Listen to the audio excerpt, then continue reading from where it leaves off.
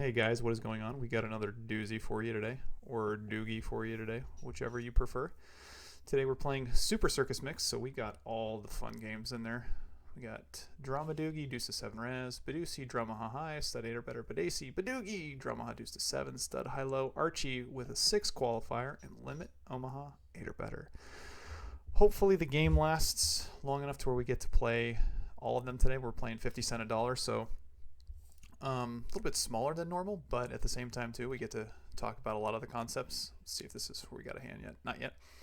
But until then, if you guys like what you're seeing, like, subscribe. If you have any comments, send them to me. My email's in the comments also. If you're looking to open a Phenom account, there is a link below. Do that. That helps me out in the channel. So click on that one and go ahead and register for a Phenom account. Also, I'm doing something special for a while. If anyone wants some free coaching, if you guys have a Phenom account and you record 1 hour, up to 1 hour of coaching, or sorry, 1 hour of mixed game videos, I will go over it. I can go over it with you or on my own, and then I will post it to YouTube so everyone else can kind of learn how I think and learn how like the mistakes that we make and the good things and the bad things. But I know it can be intimidating, but if anyone wants to try it out for free, just contact me in my email and we can go from there. All right, first hand here. We actually dealt a King Badoogie to start, but in a five card under the gun range. A 5 card. Excuse me.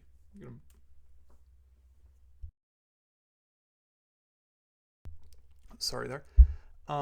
Against an under the gun range here, I don't think our King Doogie's doing very well. Also, blue here 3-bets us, so our King is just gone. We do have a 3-card. A 3-card draw. I'm sorry, we have a 3-card 8 if we wanted to go for that, but against a bet early in a small blind 3-bet, our hand is no good. So in Drama Doogie, there's no qualifier, meaning there's always going to be 2 pots. So the drama, like the Drama Ha's and all Drama Ha's basically have 2 games in them. It just depends on what the ending is. So in Drama Doogie, the best Badoogie is going to get half the pot, and then the best Omaha 5-card hand, so limit 5-card Omaha hand will get half the pot.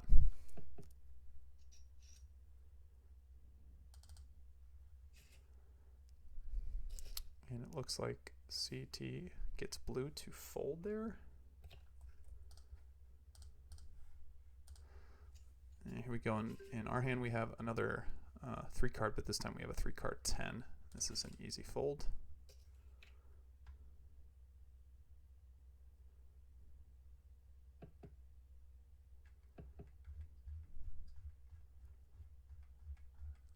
Goes check check, and now they're deciding what to do.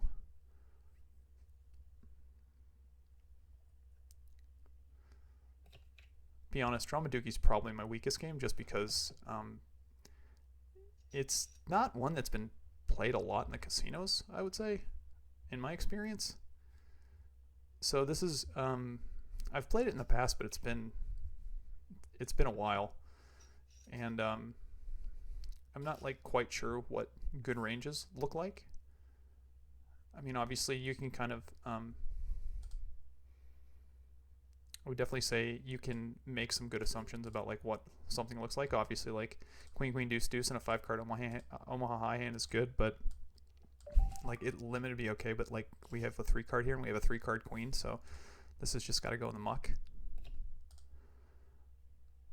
And if we get back to it, we'll play it again later. Right now we're playing Deuce to 7 Raz. 10 opens. We have an Ace King in the hole. This is a fold. So here, Deuce to 7 Raz. Basically, the worst 5-card hand is going to get all the pot. Yes, I said that right. The worst 5-card hand will get the entire pot. 7-5-4-3 Deuce is the best hand.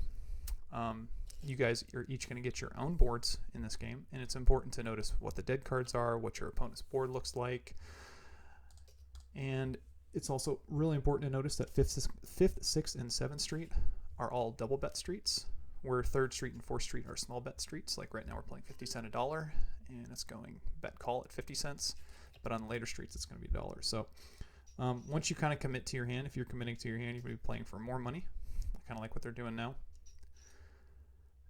Blue's board is the best board, so she's leading. She has Queen 6-5-2. Interesting she checks. She should probably definitely bet in that situation, unless she's trying to trap. Her board is just so good compared to Dozer's, just because Dozer has a pair and an ace, so the best hand he can have is an ace low, and then Blue could actually have something like a 7 low and have him drawing dead. So that board there should probably just be bet by Blue. And then here it goes, bet raise. You'll see this a lot, definitely in shorthand and Raz games, where one card decides to open and the next card decides to isolate and fight over the dead money in the middle. As in all stud games, somewhat dependent on how big the ante is, how hard you should be fighting.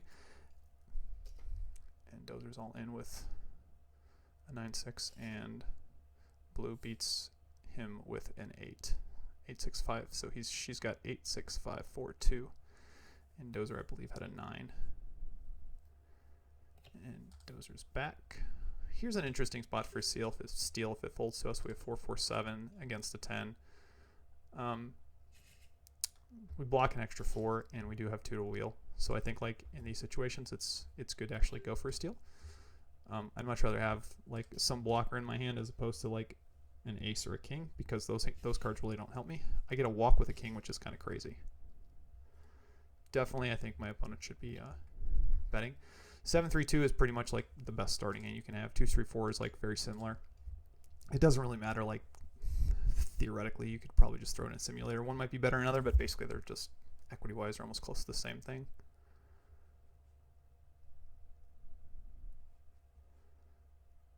So hopefully we get to play this one. We are not. Blue's going to fold.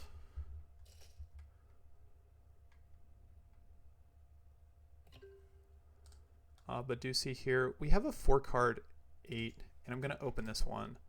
I also think in... usually you don't see me open too many combinations of 3 flushes, but this one is actually a relatively smooth draw. We're in position, and we also get to kind of use our fact that we're taking 1. So most of the time, like, our opponents here are going to check to us, we're going to bet, and if they don't improve, we're just going to win, and we get them to fold with extra equity in the hand. So like when Blue checks here and I bet, I expect her to fold something like 40 to 50% of the time is my guess. She doesn't this time, so now we're just going to have to improve or we're going to get scooped. It's kind of one of those things. We don't, and she checks, and we just hope to check back here and win the deuce portion, and we do. Not sure if she had a jack or a 7. If she had a 7 Badoogie, she does have a 7-5-3 deuce Badoogie there. If she did have a 7 Doogie there, she definitely should have check raised me on the second draw, just because the 7 Doogie in this game is extremely strong. Here with 7 deuce, we're going to go ahead and draw 3. We ditch the 5, and I think at this point of the game, it's kind of standard. At that point of the hand, it's kind of standard, I would say. Catch an extra 7, so we've seen extra 7 and extra 5. And we have 2-4-7 here, so strong draw, pretty good draw, I would say. Now remember, if you don't have a Badoogie in this game, and now when Blue bets into us in the field, and I have a player behind, I mean, I have a 10 low, and I have a 3-card 7, but I just think I'm going to fold. Kind of like the parlay and the fact that the last street didn't get bet, meaning the pot's a little bit smaller. I'm just going to go ahead and muck my hand. And again, Blue had a pretty strong hand there. She had another 7 Doogie and didn't bet the river. I actually looked down to fix my keyboard for a second, so I didn't know if Dozer was pat and Blue was drawing. But either way, like anytime you almost have a 7 Doogie and there hasn't been a lot of action, you almost always have the best hand, meaning you should just bet and try to get either value or fold equity, but nothing really bad can happen in that situation.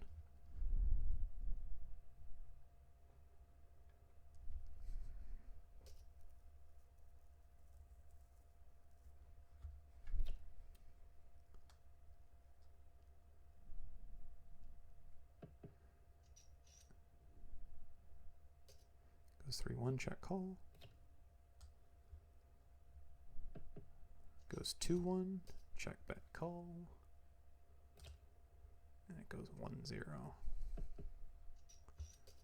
Check bet call.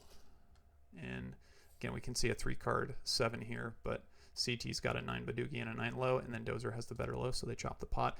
Remember again, unless if we're playing a split pot game, unless it usually says 8 or better, the split pot games are almost always no qualifiers, meaning in Medusa here, the best hand is 7, 5, 4, 3, 2. For I didn't even think to explain this one. I'm going to open here. This is a little bit light, but I have an extra deuce in my hand, so I have 4-2. I'm not drawing at the 10, and I have position on both Dozer and Blue, so I'm going to try to use that to my advantage. So I'm going to take 3 here. I improve to a 3-card 7. And Blue bets. So again, like usually this here, unless she's got like a deuce to 7 hand on its own, usually she improved to a Badoogie. I don't think she's really betting without one. Improve to a 1-card deuce draw here. And I think I'm still going to call in position. And draw 1 more, and hopefully she's not pat.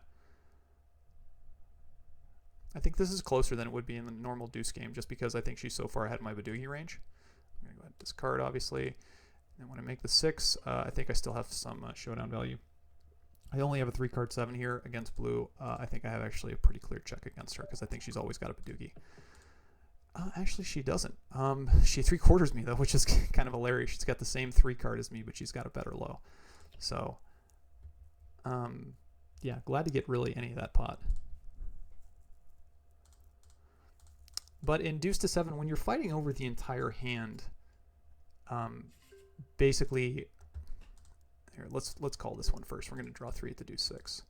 But basically in a normal deuce to 7 game, you're fighting, your equity is just based solely on your deuce hand. In this game, it's your equity is based on 2 different games, basically. 1 Badoogie and 1 deuce to 7. So, you know, if you're really strong one way, you're not strong way the other, like your equity goes down pretty significantly. Improve here to a 3-card 8, and we have some blockers. So we'll keep this. We'll keep this one just because we started with this one. We got the 2-6-8. We're going to check call, and we improve to a 3-card 5 and a 8 low. Kind of close here between check raising and check calling because he went 2 to pat. I'm actually going to go ahead and check raise because I think I have. If I had like a 3-card 8 here, it'd be a little bit closer, but the fact that I have a 3-card 5, my hand's a little bit better. And yeah, he could just have like wide Badoogies in this situation, just like kind of he did here. He had like a 10 Badoogie and a 10 low. But yeah, I think going for a check raise there with a 3-card 5 and an 8-6 low is pretty good.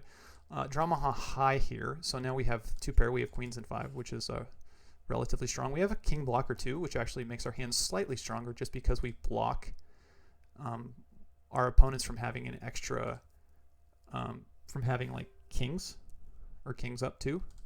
So we call here. When we get 4-bet, we don't like it.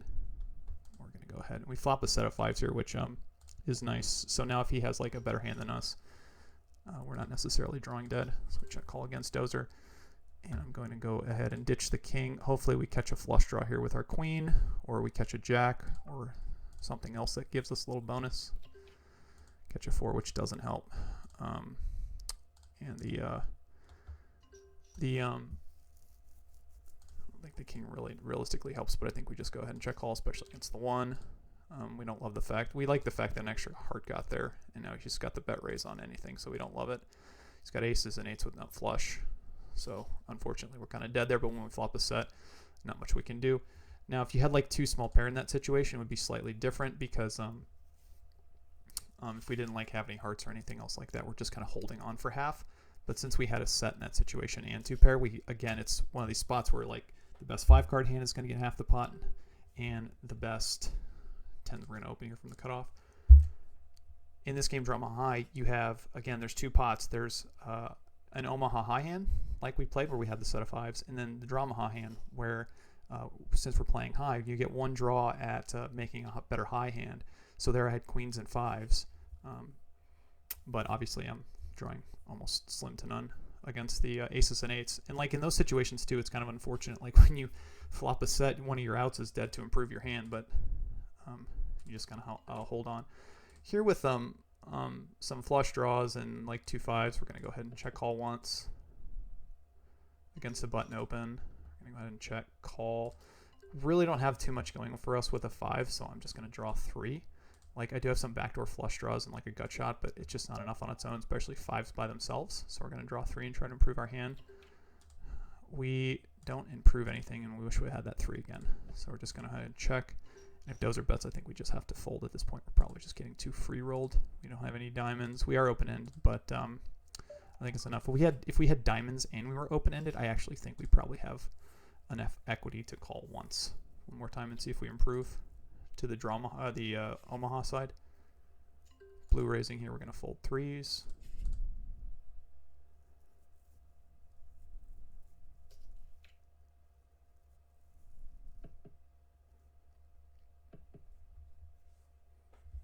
But this is definitely one of the concepts that was explored years ago when I read Mathematics of Poker, when I think in the section, who wrote it? I'm going to look this up real quick. I'm just so curious. Who wrote math?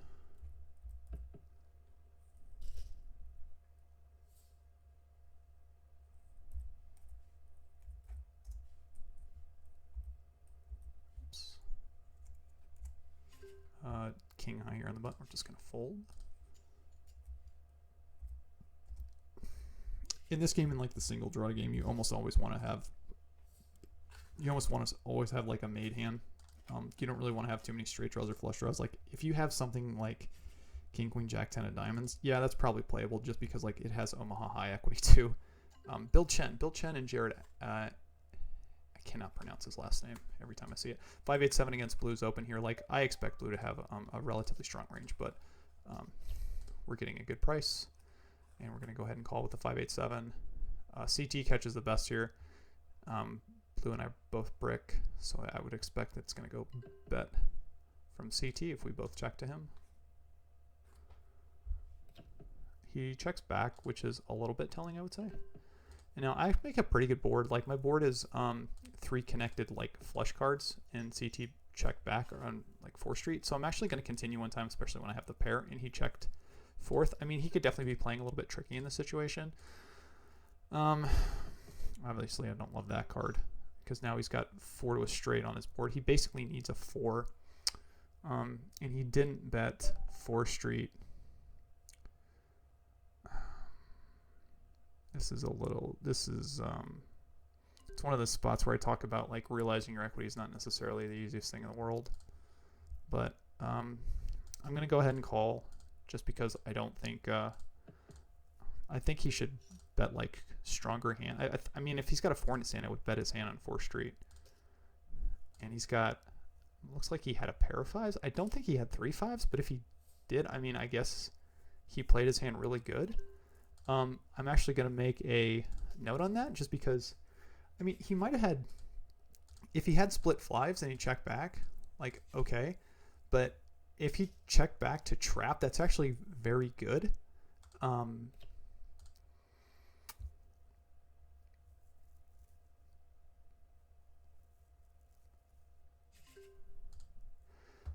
Because in some way, here I'm going to limp. I'm going to check here with the ace-9 against CT, just because, again, his range is pretty wide because I limped in. I'm going to call, going ahead and check back, and then just fold here, even though I catch the 3rd heart. He has a pretty good board at this point. Going back to that 3-5s hand, when blue and I both catch bad and he decides to check back, like usually that's exactly what his hand is. His hand is either a trap or he's just got like kind of a raggedy hand. Let's see here. CT opens an ace, and kind of he's probably opening pretty wide, and then dozer 2 bets a king. I'm actually going to fold the deuces with a 5. Just because like dozer should have kings here almost always. There's like almost nothing he should have. Like, well, he can have kings or aces or something like that, but raising into an ace is kind of a recipe for disaster if you don't actually have a really strong hand.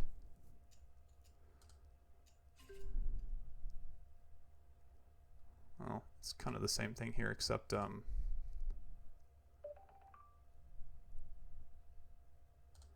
think I'm going to call this one. It's slightly different because I'm not up against an ace.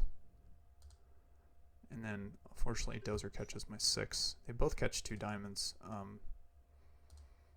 catch a queen. I think I'm going to continue once because I don't expect to get raised behind by CT. And again, I have an overcard at least to his jack, so I'm going to continue here. I got to be a little bit wary here over here with CT. And now CT catches kings, which is not good. He checks, which it's kind of surprising. Now we're going to obviously check back. We're just kind of giving up in this hand unless we catch basically a 6, which is with 1 left. We make jacks, which is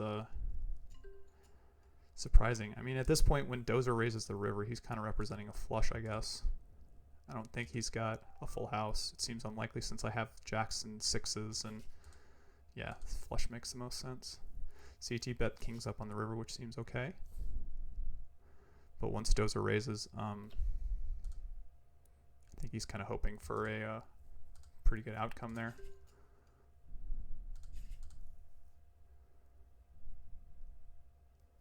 Going back, I'm trying to finish that thought on the CT's hand. Like even if he made 3-5s in that situation on 4 street, I still think betting his hand on 4 street's better, just because like when you check in that situation in these 8 or better games, or in these now he could have just had 2 5s, which I mean again makes some sense. But in a lot of these split pot games, what you're trying to do is you're also trying to deny equity. Like, you're not trying to necessarily be super trappy, because if you're trying to be super trappy, sometimes like you can give your opponent half the pot. It's not like in a 1-winner game, or like a winner take all game, you know, like Limit Hold'em or Deuce to 7, where if you play trappy, you still get, you know, the whole pot. In this game, sometimes if you get a little bit trappy with one side, if you try to get trappy with like one side of the pot, you end up giving your opponent like half of that pot, and usually that's a pretty big mistake. So if CT did have 2 5s in the hole and made 3 5s on 4th street, I think it's a mistake. Here we're playing Badesi, so I start ace deuce 6 and bet. This is one of the rare situations where I go ahead and can c-bet when I miss, because I have the aces and 6s, so I block them. Now I make ace deuce 4 wicks with 6 low, so I'm going to go ahead and bet here.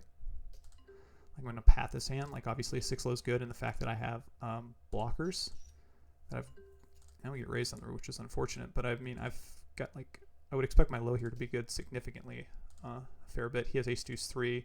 He pips me on both sides, actually. He's got a better 6 low and an ace deuce 3. But I would expect that I missed one of my blockers here. I'm trying to see which one it was on the first draw, I think. Which one was it? No, I didn't have a second blocker, but I had that was what the hand that I started with. But I had an extra ace and 6, so like I would expect my hand to be good there a lot. So Badesi, again, best hand is 5 4 3 2 1. Aces play low in this game.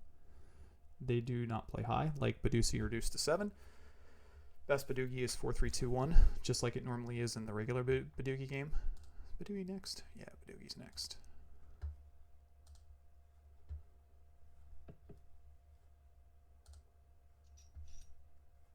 See here.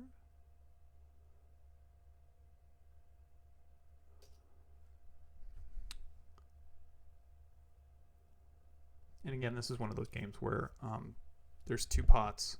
There is a ace to 5 hand at all times and a Badoogie hand at all times. So there will always be, this game will always be split unless someone scoops, meaning that you have to aim for both sides of the pot. Dozer's got a really strong hand there. He's got a 6 Badoogie and a 6 low. Badesi here, nothing. We got a 1 card 4 draw.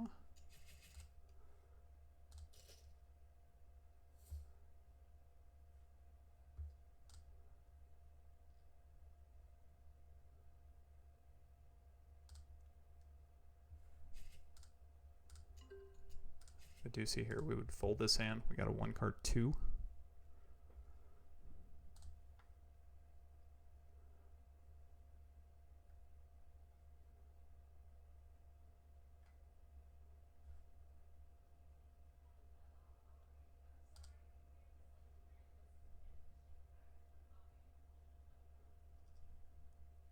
Looks like Magic might time out here.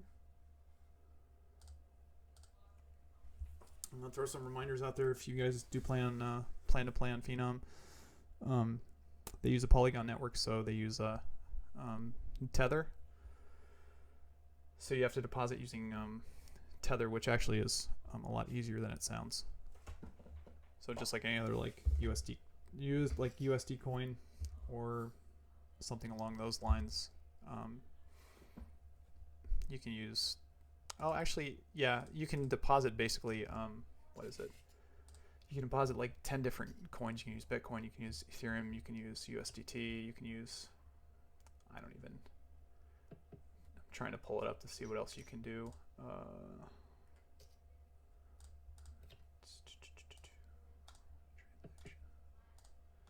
Receive. Trying to find it right now, but when I get it back to you, I will let you know. Dozer scoops with a 2-3-5 and an 8 low. Blue just must have never made anything. Here we fold this one.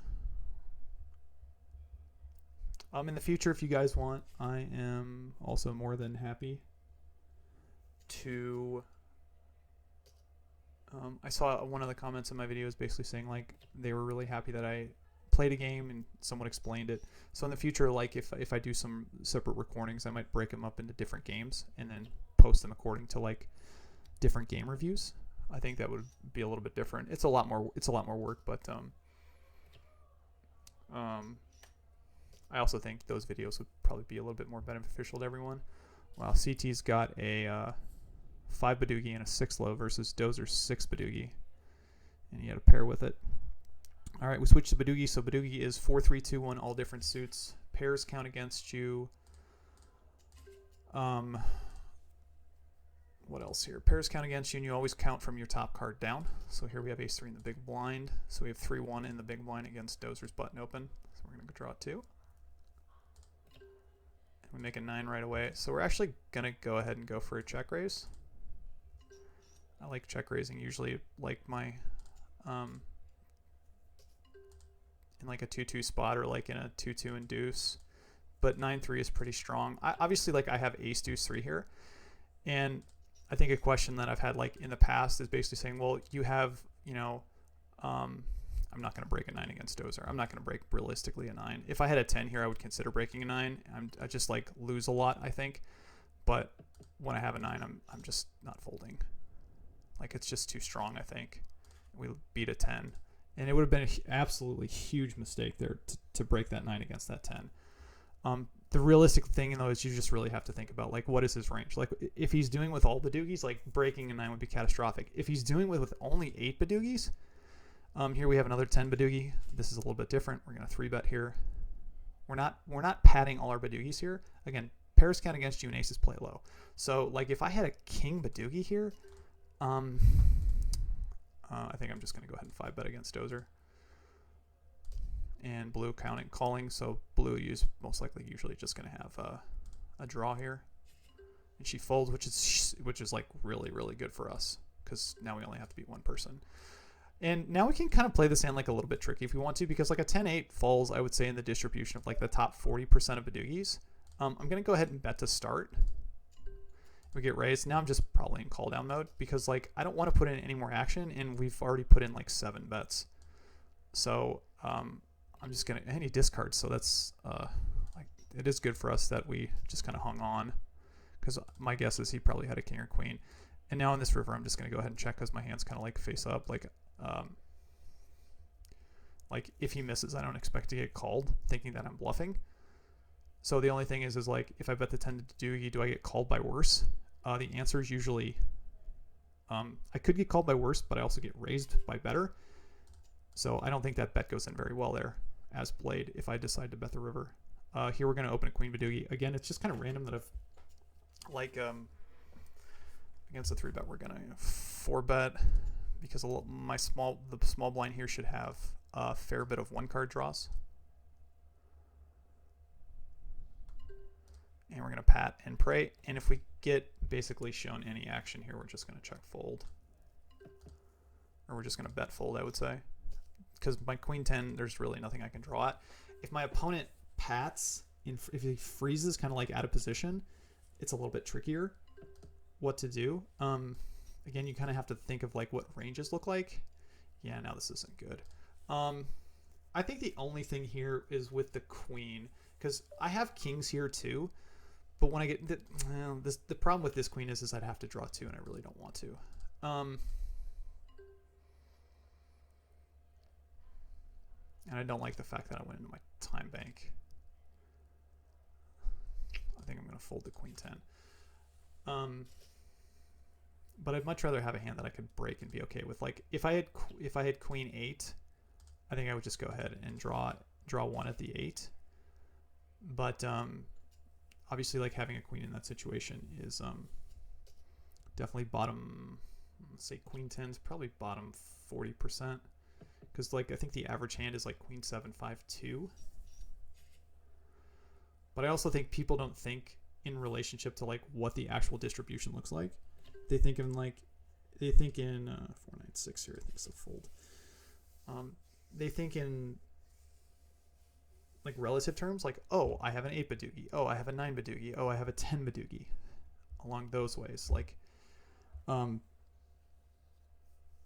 ways that you kind of should be thinking about it, even though there's, I think, something like, I don't even remember how many Badugis there are. I want to say there's, I don't want to get this wrong because I'm going to look like an idiot, but I think there's like 700 Badugis or something. How many different Dugis are there? Hold on. How many Badugis are there? How many badges? No, they changed it for me. We're going to fold this one. But like a good example of this is like if you know if you're Pat and you have a really strong hand and you get raised on the river, say like you have a 6 perfect, right? And you know that your Dramaha deuce to 7. This is a little bit weak against blue, I think, so I'm going to fold. Let me finish. Here, I'll explain this one and go back to that other thought. But the Dramaha here is it's low, so we are playing deuce to 7 low in your hand for half, and then we're playing Omaha high on the board for the other half. Again, there's always 2 pots. Not the best flop with the deuces, because now if someone has a deuce, they have a significant lead. The good news is we have a flush draw. It's not going to change which one. So yeah, we obviously keep the flush draw here. We're drawing at a 10 against an under the gun range, and we're definitely going to check this one in position, just because we don't have the deuce. We do have a flush draw, but it's not super strong. And obviously in a 5-card game, it's pretty mediocre. Goes 2-2, which is interesting. I don't think the small blind should have too many 2-card draws. Pair the 8, so our deuce hand's kind of dead. Yeah, now we're just going to fold. We do make a flush, but the 8 high flush is obviously not really worth much. Plus our deuce hand is 0. Our deuce equity basically is 0 at this point. Now the fact that our opponent took 2, I mean, he could have 2 pair. I mean, it's very possible, but we're not going to go down that route. Probably have like 1% equity. And he has a jack with a deuce 9, so he made a full house. Looks like Magic had a flush and got rivered. 4 5 9 6 here.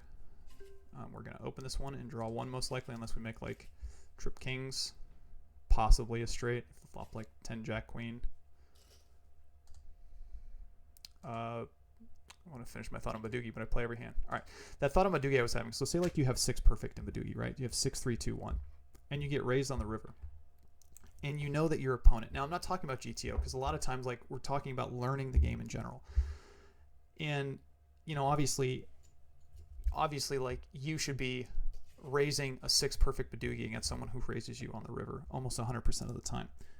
But say you're up against an opponent who only raises 6 Badugis or better, right? Now you have to know what the distribution looks like, because even if you have 6 perfect, like I think it's really close to the middle. Well, if it's really close to the middle and you put the 3-bet in, like your opponent's going to call, but if they have a better hand than you, usually, like if they have a 5 Badugi or better, they're going to go ahead and 4-bet, meaning you're going to lose an extra bet. Now, this is kind of an extreme example because like if they're only raising 6 Badugis, like obviously if they're raising 7 Badugis, which most players are, then you should be re-raising your 6. Like it's not even questionable. Here with the ace in our hand and 2 jacks, we're going to fold and deuce to 7. Again, Aces play high in deuce to 7, so the best hand in deuce to 7 is 7, 5, 4, 3, 2. But in single draw, so this is basically like I would say a modified version of single draw, just meaning that obviously we have to play your hand for like high afterwards. Like obviously a hand that has like, let's give you a good example here. A hand that's like 4, 5, 6, 9 double suited versus a hand that's like 2, 4, 6, 8 rainbow. I believe like the 4, 5, 6, 9 is going to have a little bit more equity overall in the hand just because it's double suited and a little bit more connected. So high-low regular, we'll get there in a second. But you also have to think about like your connectedness, your double suitedness. You're never really folding your hand like, you know, like the 2, 4, 6, 8 or like the 2, 3, 5, 7 rainbow or something like that. But those hands that you're playing against that you push a lot of equity against in deuce to 7 actually have a lot more equity, I would say, against you. I'm not running it off the top of my head, but like, you know, a 4, 5, 6, 9 double suited versus a 2, 3, 5, 7 Badoogie has a lot more equity in deuce to 7 draw mahal than it would in deuce to 7. So again, like those equity shifts because again we're playing two different games. High-low regular, there is no qualifier in this game, and we have a 3-card 5 here against a deuce open and a 6 call. I expect, obviously, like blue's range is a little bit tight, and dozer is probably slightly wider. But when we have 3 to a wheel, I think this is just an easy jam. Blue catches a really good card with a 4. There's no 4 dead at this point. Really good card for us because now we got a wheel draw.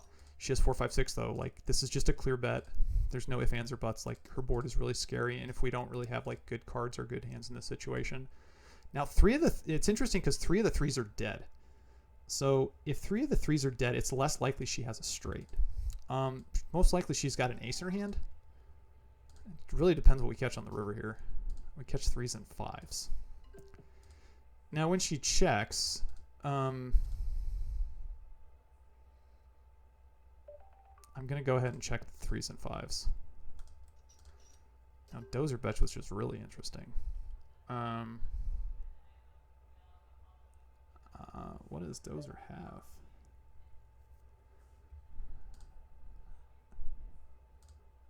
I think I'm just gonna call just because I don't really want to think about it. And I don't really have a lot of time bank.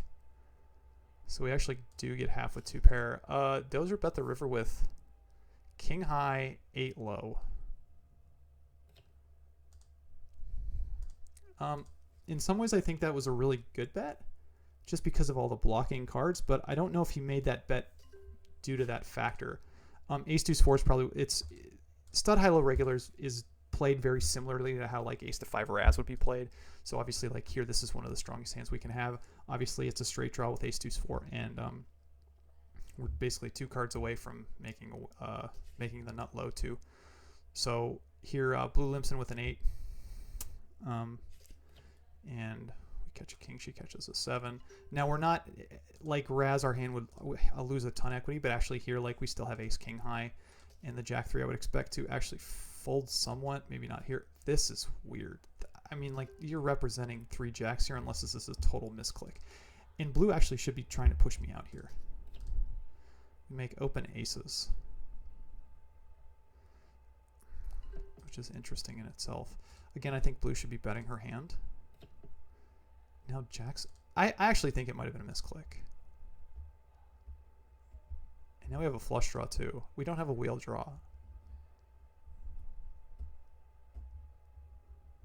Now if magic bets, it's...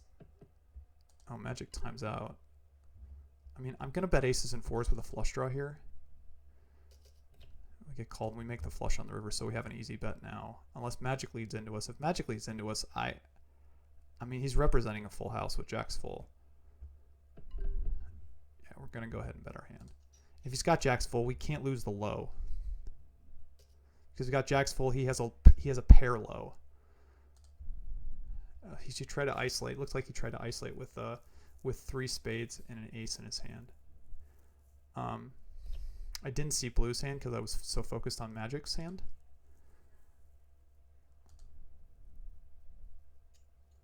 Yeah,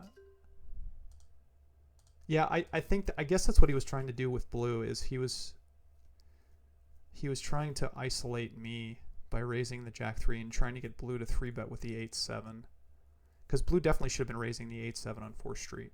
So again, stud high low regular is basically it's one of these pots with no qualifier, so there's always two hands. Sorry, I'm getting really explaining in these games and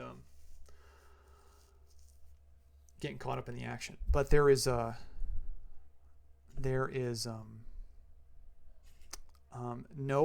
qualifier for the low, so the best low hand wins. Just like Raz, you're basically playing like half ace to 5 Raz and half stud high. That's the best way to look at it. Now the problem is you can't really start with a lot of the stud high hands. Like here, like King Jack 10 in a lot of situations is playable. In this game, it's utter trash, and the reason why it's utter trash is because if you actually make like pairs, your low hand goes to 0. So you're giving away half the pot. Now in certain situations like rolled up kings, those type of hands are actually playable in multi-way pots. But if your head's up against like an ace, you're pretty much drawn dead for half. So like a rolled up 5s hand is playable just because you block all the low straights. But you usually are just throwing away a lot of the high hands at the start. All right, Dozer's got 5, 6, 7 here, and looks like Fish has got a pair of 3s with a better low. So Dozer's made queens and 7s. But yeah, in this game, in any sort of these games where like ace plays both high and low, and this little Raz hand here is kind of raggedy, so we're just going to fold it with a 5 and a 7 behind. Any sort of game where the ace plays both high and low, it's like your Joker, because it's like the lowest low, the lowest high. You guys hear me say it a lot, but it's got extra equity in having it. So ace in this game play really good.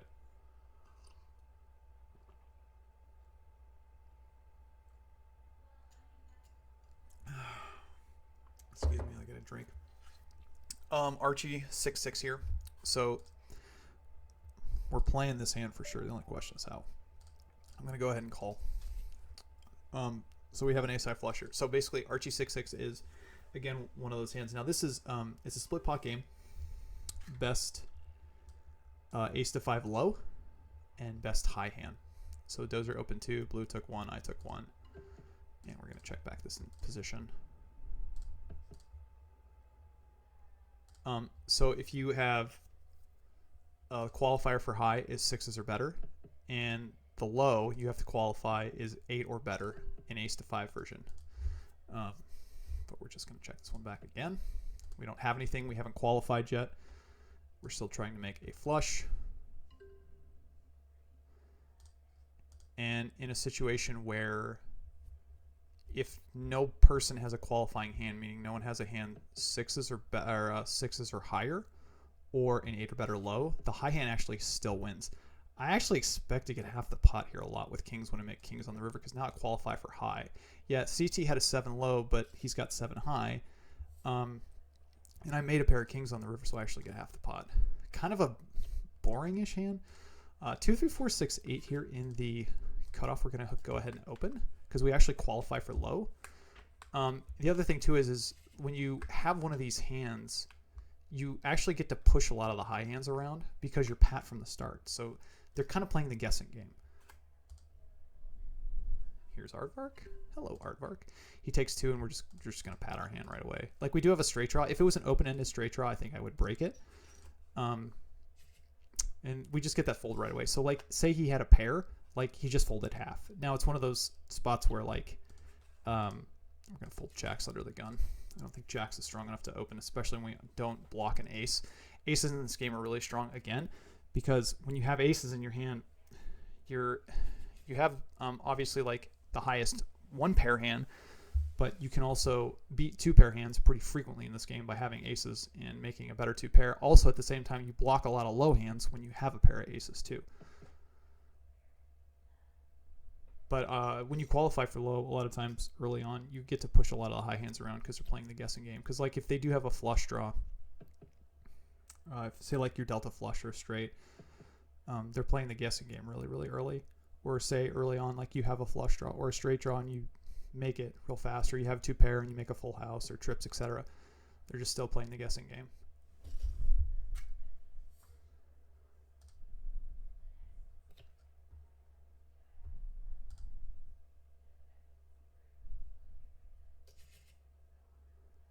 Archie 6-6 here with this is kind of an interesting one. We could go two ways with this. We could draw the 9s, or we can keep the straight flush draw. I'm gonna go ahead and actually keep the straight flush draw because I think like playing 9s in general is a little bit hard. Like obviously if I make trips or if I make 2 pair, it's kind of easier. But I'm gonna go ahead and keep the flush draw. I'm gonna call once, and if my opponent's pad, probably just fold on the next draw if I miss. Takes 1 to make 9s again, kind of ironic. Now that he checks back, I actually think I'm gonna keep my 9s. And I don't want to turn my hand face up, but I think I'm going to because he kind of turned his hand face up. Now I just check my hand, and I'm going to win. So when he plays his hand like that, usually it's kind of like a straight draw, flush draw, or maybe a low draw. So when I make 9s and qualify, I think it's kind of a no-brainer where you just keep your high hand, you qualify, and hope your opponent misses, and if they miss, you scoop the whole pot. Like, I definitely think because of that fact. Now this is kind of a tricky spot too. We have 3 to a straight flush, we have 3 to a 6 low, we have 4 to an 8 low. I think I'm just going to fold this one to an open. If I was in position here, I'd probably go ahead and open for a raise, but and I think I would actually draw at the 3-card straight flush because I have 2-way equity with that hand.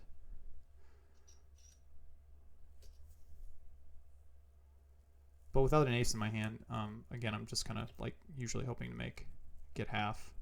And if I'm up against a high pair, like keeping the flush draw, at least I have more equity too.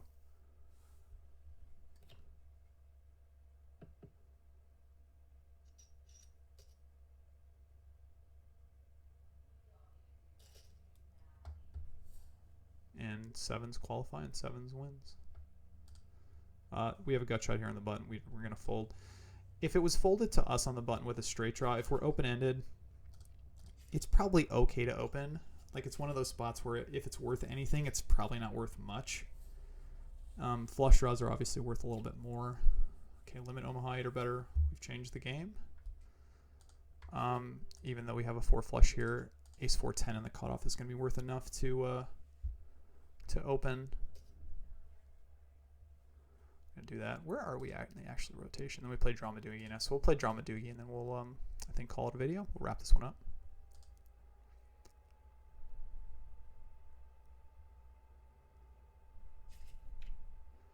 Flop pretty good actually for having a 4 flush in our hand. We flop the nut flush draw, second nut low. We're gonna go ahead and bet in position. I mean, theoretically, I guess I could decide to check this back just because I have 4 spades, but now we flop we turn a gut shot with no pair. I think we're just going to go ahead and check this one back too. Make the nuts on the river. Like, I don't think what we should be doing every single time is just barreling off with no pair. And CT actually made kings and jacks on the turn, so we most likely avoided the check raise by checking back. And again, it's like, you know, when you have the ace 4 10 9 and your opponent check calls you on the flop and you have 4 spades in your hand, it's more likely that your opponent actually has like a pair or something that's going to call you. So do you turn your hand into a bluff immediately? I don't think so. Definitely don't do that every single time. I'd much rather have like like ace 4 spades and then like queen 10 on the turn, like a full wrap, a wheel draw plus flush draw, kind of something like that. Here we call the raise with the 4-5 deuce 6.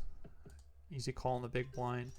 And then here, similarly, I don't have a wheel draw. I have a gut shot to the wheel, but I'm just going to go ahead and check call. I don't have spades. I don't block the ace. Again, I'm going to go ahead and check call again, most likely.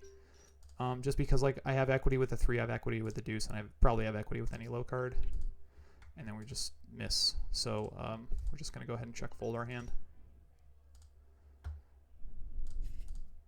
Like when we have 4 low cards in our hand, it's just so much more likely that we're just going to get called by a our opponent has like some value. Obviously we didn't have any spades, but I'd probably be targeting trying to get my opponent to fold like a really weak ace. Ace Jack 9-7 here is against the small blind, big blind. I think this is a raise, and then we call just because we have an ace in our hand. We're gonna go ahead and check call flop. We flop the 9, turn the 7, and now we're just kind of stuck with our hand. And again, my opponent's just like really quickly betting. This is a really bad card for us because now we lose 2 aces. And his really quick raise is like kind of like representing, I would say ace is a fair bet. The good news is we dodged the wrap and the flush draw, and we got half. Definitely should be betting.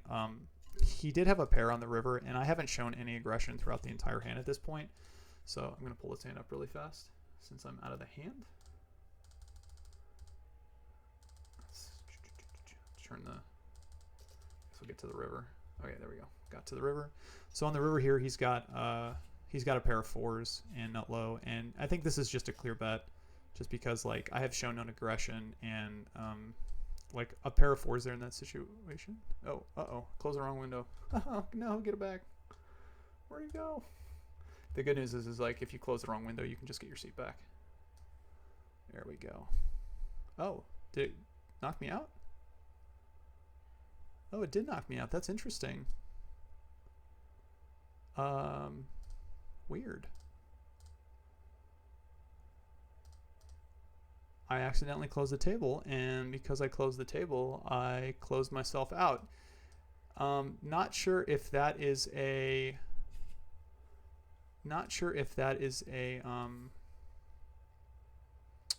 Firefox thing, because if you close it on Chrome, usually what happens is you don't lose the seat, you just open the window back up. So I will let support know on that. That's one thing that I haven't actually mentioned before in the past is they have a Discord for Phenom, and their communication is second to none, hands down. If you have any issues, anything like that, they have different channels for different everything. They get back to you super fast. If there's any sort of like issue with like money transfers or anything like that, they help you out instantaneously and get back to you. So unfortunately I closed it out, and it's like, try one more time, see if I can get back into the drama doogie, but oh yeah, there we go. I think I might miss the majority of it though. Actually, here, let me do this. I'll pause it. See. No, unfortunately, I couldn't get back to play it in time, so I'm gonna end it right there. But as always, guys, I appreciate you watching. If you have any questions, comments, please add them, send them below, put them in the chat. And if you were looking again to open a Phenom account, there's a link below. Please click on that and sign up. That helps me. It keeps me motivated to keep making the videos. Again, if you have a Phenom account and you want a free hour of coaching, I'm more than happy if you record it and send it to me. And again, you can use my email to contact me to do it. I'll go over it. I'll put it up in the channel, and then we'll